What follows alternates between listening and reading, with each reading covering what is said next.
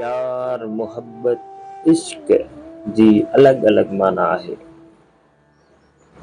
प्यार सब कंहिं सां माण्हू करे सघे थो, मोहब्बत भी सब कंहिं सां करे सघे थो, पर इश्क फ़क़ति हिक सां थींदो आहे। ऐं शाह साहब हमेशह इश्क ॻायो आहे। शाह साहब केॾी न भली ॻाल्हि कई आहे त उभरंदे ई सिज पिरी जे न पसंदियूं कढी ॿई बीज अखिड़ियूं कांगन खे।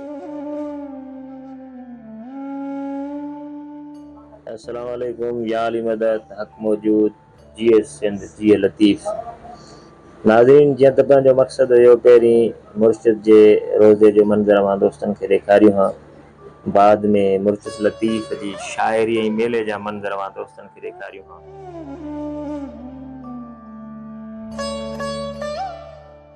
पर बदकिस्मतीअ सां अॼु विची धमाल ते को सीएम या को ॿियो माण्हू अचे पियो, जंहिंजे करे रोज़े जे अंदरि कंहिंखे बि न पिया छॾनि। ॾिसो पिया त पुलिस ऐं फ़ौज अलर्ट आहे, कंहिं बि माण्हूअ खे मुर्शिद जे रोज़े अंदरि वञणु नथो ॾिनो वञे। तंहिं करे असीं बि मुर्शिद लतीफ़ खे परे खां सलाम करे हाणे मेले जे तरफ़ वञी रहिया आहियूं।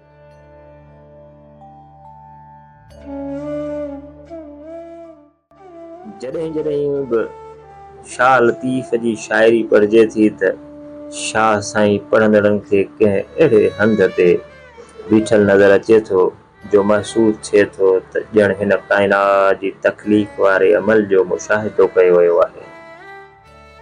उहो वक़्तु ऐं हंध यानी ज़मान ऐं मकान जे मथां कंहिं अहिड़े हंध नज़र अचे थो जितां न सिर्फ़ हू अंत ऐं अनत जे बीठल ॿेर मुशाहिदो कंदे महसूस थिए थो, पर वक़्त जे रफ़्तार समेत हाज़िरी या मौजूद लम्हे ते पिण संदसि गहरी नज़र महसूस थी।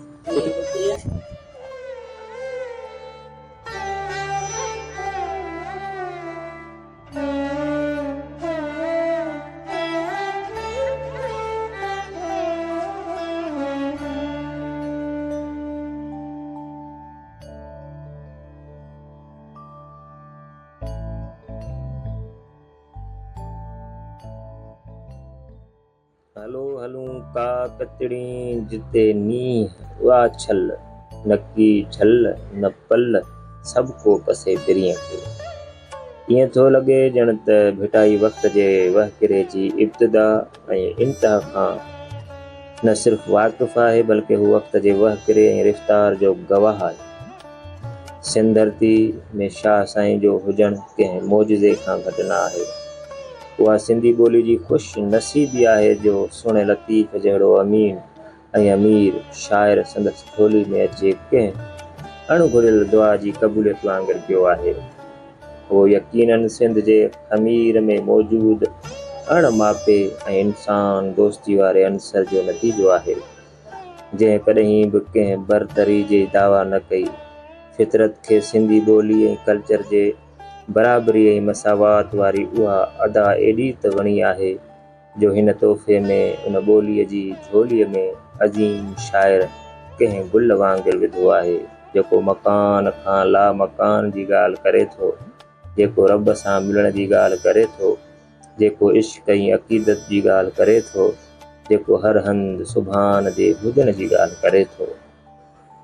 काहूड़िन खफ़ेसी सोझे लधो सुभान आशिक़ अहिड़े अखिड़िन लंघिया लामुक़ाम, हू में गॾिजी हू थिया बाबूअ जे बरियान, सभोई सुभान आयो नज़र उन्हनि जे।